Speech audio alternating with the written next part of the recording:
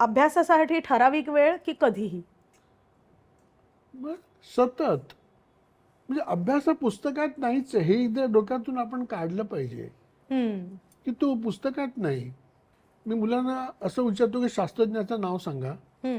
तर मुलं न्यूटन बिटन वगैरे सांगतं. तर मी सांगतो की तुम्ही स्वतःचं नाव का नाही सांगितलं?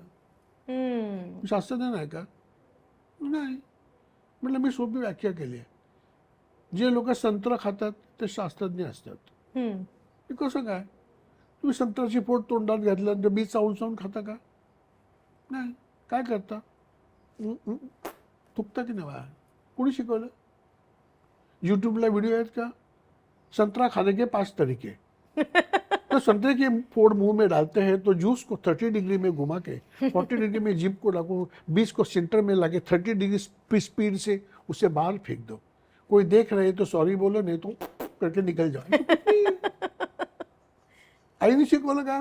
बघ माझ्या तोंडात नाही, सगळा रस साडीची वाट लागेल. प्रत्येक वेळी फोड घातल्यानंतर आपण नवीनच शोध लावतो की आता बी कुठे आहे, हम्म. की कशी मजा आणायची आहे आणि टूक करायची आहे. म्हणजे आपण शास्त्रज्ञ आहोत. अगदी. तर उद्या कोणी शास्त्रज्ञाची नावं विचारली तर असं सांगायचं की मी आणि न्यूटन वगैरे बाकीची मंडळी आपण आहोत. आणि गणित चांगलं कोणाचं आहे? कोणी हातवरती करत नाही. म्हणजे जे रस्ता क्रॉस करतात त्यांचं गणित चांगलं आहे.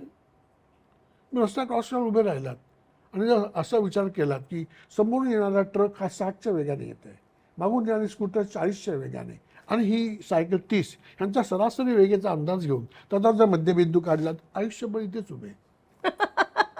आपण काय करतो? टिक टुक टुक 5 मेला. गणित कच्चं वरती जाणार, चांगला असेल रस्ता क्रॉस करा. Simple idea. त्याच्यामुळे गणित चांगलं आहे का? हो, मी रस्ता क्रॉस करतो. ठणकून सांगायचं बिनधास्त. आणि जिवंत आहे ना, त्यामुळे टेन्शन लिहिणे काहीच नाही. असं कधीच समजायचं माझं गणित खराब आहे, मग इथंच उभं राहायचं, हिशोब करा 60 70 75 40 मेला, आयुष्यभर इकडेच. काहीच नाही. म्हणजे मुलांच्या मनात ती भीतीच काढली पाहिजे.